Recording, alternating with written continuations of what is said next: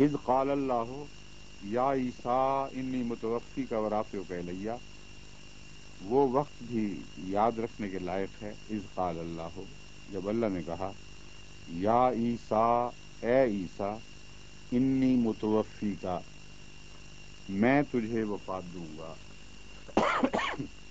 ورافع کا الیہ، اور اپنی طرف تیرا رفع کروں گا، ومطہرک من الذین کفروا، اور تجھے پاک کروں گا، مطہروں کا تجھے پاک کروں گا، من الذین ان لوگوں سے، کفروا جنہوں نے کفر کیا، وجاعل الذین اتبعوک، اور بناؤں گا ضرور ان لوگوں کو جنہوں نے تیری پیروی کی، فوق الذین کفروا، ان لوگوں کے اوپر غالب جنہوں نے کفر کیا، الی یوم القیامت، قیامت کے دن تک۔ یہاں خاص توجہ کے لائق بات یہ ہے کہ انی متوفی کا سے یہ ثابت ہو گیا کہ حضرت مسیح کو یہود یا رومن امپائر قتل کرنے کی اہلیت نہیں رکھتے تھے، ان کو خدا نے اجازت نہیں دی تھی۔ انی متوفی کا مطلب تھا کہ میں ماروں گا، وہ دوسرے تیرے دشمن تجھے قتل کرنے میں ناکام رہیں گے۔ وما قتلوہ وما صلبوہ کا یہ معنی ہے کہ انہوں نے یہ دعویٰ کیا تھا کہ ہم نے قتل کیا، وبکفرہم وقولہم انا قتلنا المسیح عیسی ابن مریم، یہود نے کفر تولا، جھوٹ بولا جب یہ کہا کہ ہم نے مسیح کو قتل کیا ہے۔ وما قتلوہ وما صلبوہ، وہ کسی طرح بھی اس کو مار نہیں سکے، نہ صلیب کے ذریعے نہ کسی اور ذریعے سے۔ یہ ہے اصل حقیقت کہ پھر ہوا کیا۔ پھر یہ مطلب نہیں کہ ہمیشہ کے لیے زندہ رہا۔ جب وہ قتل نہیں کر سکے تو کیا وہ زندہ رہا؟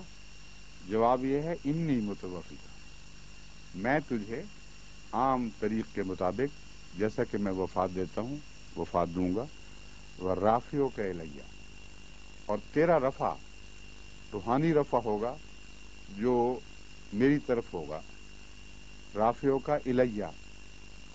اب یہاں وہ جو غیر احمدی معنی کرتے ہیں کہ زندہ اٹھا لیا، اس کی کوئی گنجائش ہی باقی نہیں رہی، کیونکہ پہلے وفات دی ہے پھر رفع کیا ہے۔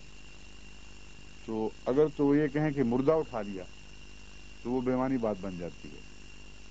وہ خود بھی اس بات کے قائل نہیں، کیونکہ جانتے ہیں کہ اس میں کوئی ان کو کوئی فائدہ نہیں پہنچتا اس بات کا۔ تو رافع کا جو ہے وہ متوفی کا کے بعد رکھا گیا ہے، اور کوئی اور حکمت اس میں ایسی موجود نہیں کہ ترتیب بدلنے کی وجہ محسوس ہو۔ اس لیے ثابت ہوا کہ توفی کا واقعہ یعنی وفات دینے کا واقعہ پہلے ہوا ہے، رافع کا واقعہ بعد میں ہوا ہے۔ اب بعد میں کن معنوں میں یہ سمجھنا ضروری ہے، اس لیے میں اس پر کچھ ٹھہرنا چاہتا ہوں۔ نبی کا رفع تو حقیقت میں اس کی زندگی کے ساتھ ساتھ ہو رہا ہوتا ہے۔ تو اگر یہ کہا جائے کہ اللہ تعالیٰ نے ان کا رفع نہیں فرمایا تھا یہاں تک کہ وفات دے دی، تو اس میں ایک دقت پیش آتی ہے کہ کیا وہ بغیر رفع کے ساری عمر زندہ رہے اور مرنے کے بعد ہی رفع ہوا ہے؟ تو اس کے دو حکمتیں ہیں۔ اول یہ کہ موت ایسی تھی، ان کی متعلق جو موت بیان کی جاتی تھی وہ رفع کا الٹ تھی، یعنی موت ہی میں ان کی لعنت کا تصور پایا گیا تھا۔ جو موت ان کی طرف منسوخ کی جا رہی تھی وہ رفع کا بالکل برعکس تھی، کیونکہ ملعون وہ ہوتا ہے جو خدا سے دور ہو، جس کا رفع نہ ہو، اور جھگڑا موت پر تھا کہ کس طریق پر موت ہوگی۔ یہودی یہ کہتے تھے کہ چونکہ صحیفوں میں یہ لکھا ہوا ہے کہ جو شخص اس طریق پر مارا جائے کہ کاٹھ پر لٹکایا جائے وہ لعنتی ہوتا ہے، اور لعنتی کا مطلب ہے اس کا رفع نہیں ہو رہا، وہ مردود اور خدا سے دور ہوا۔ اس لیے وفات کو پہلے رکھنا ضروری تھا، کیونکہ وفات ہی نے ثابت کرنا ہے کہ یہ رفع والی موت ہے، یہ لعنتوں والی موت ہے۔ بس دنیا کے ثبوت کے اعتبار سے گفتگو ہو رہی ہے، ورنہ یہ کہنا کہ نبی کا رفع اس کی وفات کے بعد ہوتا ہے یہ درست نہیں ہے۔ سمجھ گئے؟ چونکہ بحث یہ تھی کہ وفات رفع والی ہے یا لعنتیوں والی. یہود کہتے تھے وفات کا طریق یہ ہے کہ ہم نے سولی پہ لٹکا دیا، مر گیا، اور بائبل کے لحاظ سے یہ ملعون ہوا، یعنی خدا سے دور ہٹ گیا. تو اللہ نے فرمایا چونکہ وہ میری خاطر تکلیفیں اٹھا کر ان کو برداشت کرتا رہا، میں نے اسے اس موت سے نجات دے کر جب تبھی موت مارا ہے تو ثابت کر دیا کہ تمہارا لعنت والا تصور جھوٹا نکلا، اور اس کا صلیبی موت سے بچ جانا اس کے رفع کی دلیل ہے. بس یہ دلیل کے طور پر ہے. وہ رافعوں کا الیہ کا ایک اور پہلو ہے جس کو پیش نظر رکھنا ضروری ہے. یہ تو ہم کہتے ہیں کہ حضرت مسیح صلیب سے بچ گئے اور ان معنوں میں ان کا رفع ثابت ہو گیا، لیکن متوفی کا جو لفظ ہے وہ اس وقت واقعہ نہیں ہوا، وہ بہت بعد میں ہوا ہے. انی متوفی کا واقعہ بہت لمبے عرصے بعد ہوا ہے. تو یہ بتاتا ہے کہ صلیب کے بعد لمبے عرصے تک اس کی زندگی اس کے رفع کا نشان بنی رہے گی، یہاں تک کہ جب تبھی موت و وفات پائے گا تو قطعی طور پر یہ ثابت ہو جائے گا کہ یہ پاک بندہ تھا، اس کا اس لعنت سے کوئی تعلق نہیں جو تم نے اس کی طرف منسوخ کی. ورنہ صلیب کے چند دن بعد بھی اگر مر جاتا تو لوگوں نے کہا تھا مرا تو اسی وجہ سے ہی ہے. تو متوفی کا واقعہ بے شک بعد میں ہو، مگر اس کے موت کی طرز ایسی ہے جو اس کی لعنتی موت کی نہیں بلکہ پاک موت کی علامت بن جانا چاہیے. اس کے بعد فرمایا ہے وہ مطہروں کا، اور میں تجھے پاک کروں گا من الذین کفروا، ان لوگوں سے جنہوں نے کفر کیا. یہاں تطہیر کن معنوں میں ہے؟ ایک یہ کہ جتنے الزامات وہ تجھ پر لگاتے تھے وہ الزامات، ان الزامات سے تجھے بری الذمہ ثابت کر دوں گا، مطہروں کا. دوسرا ان سے نکال کر لے جاؤں گا اور ان گندے لوگوں کو پیچھے چھوڑ دوں گا اور تجھے ایک بعد میں لمبی پاکیزہ زندگی عطا کروں گا. وَجَاعِلُ الَّذِينَ اتَّبَعُوكَ فَوْقَ الَّذِينَ كَفَرُوا، اور جن لوگوں نے تیری پیروی کی ہے یا پیروی کریں گے انہیں قیامت تک غالب رکھوں گا ان پر جنہوں نے انکار کر دیا. اب یہود کا جو عیسائیوں پر غلبہ ہے یہ دیکھنے والی بات ہے کہ کتنی دیر چلا ہے. وفات ہوئی ہے 120 سال میں. وفات کے بعد عیسائیوں کے یہود پر غلبے کے آثار دکھائی دینے چاہیے. اس وقت تک تاریخی طور پر یہ ثابت ہے کہ صلیب کے وقت تو یقیناً یہود پر عیسائیوں کو کوئی غلبہ نصیب نہیں ہوا تھا، بلکہ سخت مغلوب اور مظلوم اور مقہور تھے، اور اپنے وطن میں بھی اور باہر بھی یہودیوں کے ہاتھ دکھ اٹھاتے تھے.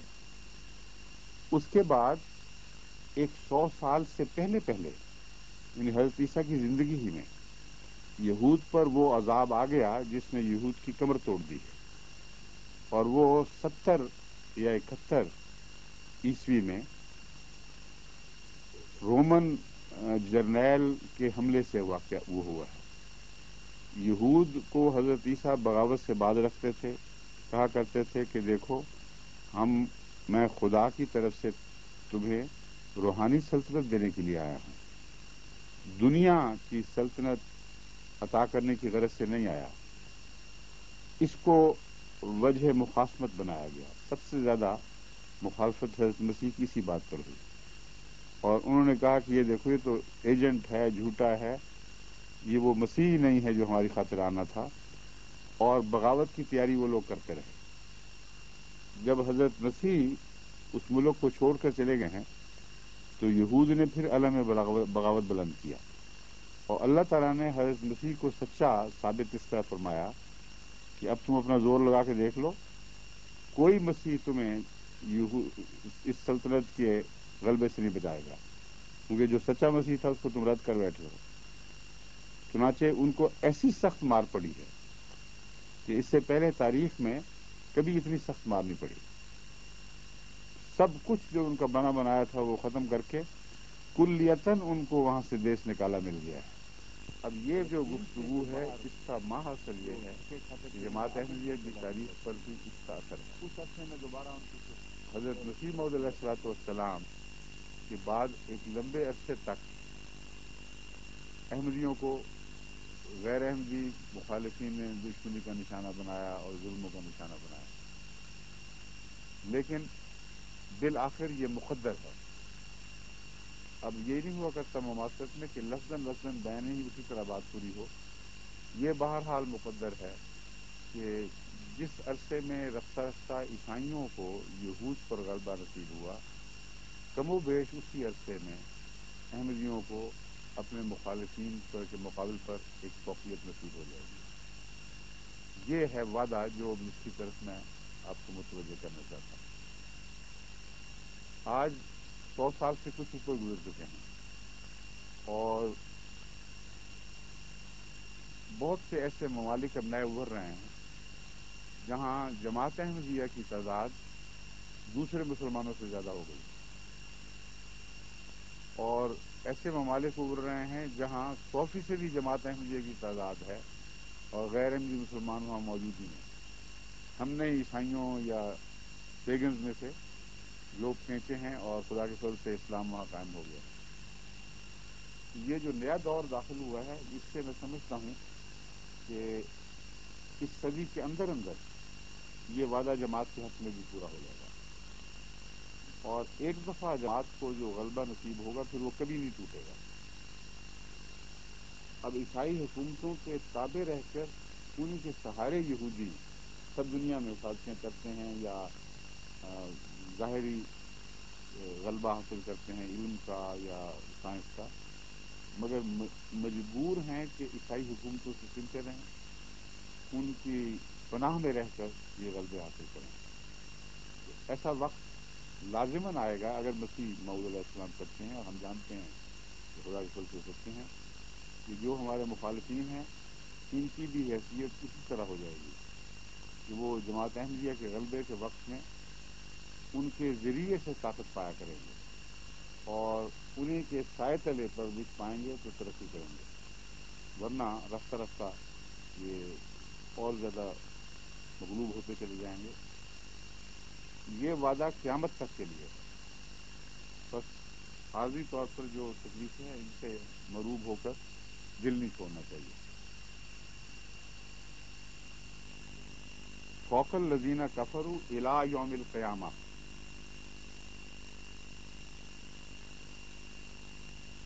اب یہ سارے حضرت موسیٰ کو تو ماننے والے تھے، مگر یہاں مسیح کے کفر کے حوالے سے ان کی تفصیل کی گئی ہے. سمجھیں؟ ثم الی مرجعکم فاحکم بینکم فیما کنتم فیہ تختلفون. پھر میری طرف الی مرجعکم تمہارا لوٹ کر آنا ہوگا، فاحکم بینکم فیما کنتم فیہ تختلفون، اور پھر میں تمہارے درمیان فیصلہ کروں گا جو تم آپس میں اختلاف کیا کرتے تھے. اب یہ فیصلہ ایک تو اسی وقت خدا نے فرما دیا جب یہ کہہ دیا کہ میں مسیح کے ماننے والوں کو اس کے منکرین پر غلبہ عطا کروں گا، لیکن اور بھی بہت سے ایسے اختلافات ہیں جو چلتے رہتے ہیں، اور ایک ایسا وقت آ جاتا ہے کہ جب ماننے والے اور غیر ماننے والوں کے درمیان معاملے پھر خلط ملط ہو جاتے ہیں، اور ضروری نہیں کہ 100% ماننے والے حق پر ہی قائم رہیں. زمانے کے امتداد سے گزرنے سے رفتہ رفتہ بعض کمزوریاں بھی پیدا ہو جاتی ہیں، بعض معاملات میں ایسے اختلاف ہو جاتے ہیں. مثلا یہود اور عیسائیوں کا یہ اختلاف کہ مسیح خدا کا بیٹا نہیں تھا اور ان کا یہ زور کہ خدا کا بیٹا تھا، اس نے اس آیت کے منطوق کو غلط ثابت نہیں کیا. آیت کہتی ہے ہم تو یہ قیامت تک غلبہ دیں گے، تیرے ماننے والے جو ہیں وہ فتح پائیں گے. دوسری طرف انکار کرنے والے تو توحید پر قائم ہیں اور ماننے والے توحید سے ہٹ کر بھٹک چکے ہیں. تو ایسے اختلافات ممکن ہیں بعد میں پھر، جن میں جزوی طور پر ایک فریق سچا ہو لیکن اپنے انکار میں جھوٹا ہو۔ اب حضرت مسیح کے انکار میں یہود اب بھی جھوٹے ہیں، ان کا توحید پر قائم ہونا ان کے اس جھوٹ کو سچ میں نہیں بدل سکتا، لیکن جہاں تک توحید کے اختلاف کا معاملہ ہے اس میں عیسائی جھوٹے نکلتے ہیں، یہودی سچے نکلتے ہیں۔ تو یہ جو آخری فیصلے ہیں یہ قیامت کے دن ہوں گے۔ اللہ تعالیٰ فرماتا ہے تمہارے اندر جتنے بھی اختلافات ہیں ان کے فیصلے میں قیامت کے دن کروں گا۔ مطلب یہ ہے کہ نیکی کی کوئی قطعی ضمانت ایسی نہیں جس پر ہم بنا کر کے سمجھیں کہ ہم کلیتاً اب خدا کے ہاں بری ذمہ ہو چکے ہیں۔ اپنے دین کی حفاظت کرنا ضروری ہے، اور وہ حفاظت تقویٰ ہی سے ممکن ہے۔ اس کے بغیر میں یہ کہہ دینا کہ ہم ایم کیو میں پیدا ہوئے ہیں اس لیے اب ہمارا معاملہ ہمیشہ سے ان سے طے ہو گیا، غلط ہے۔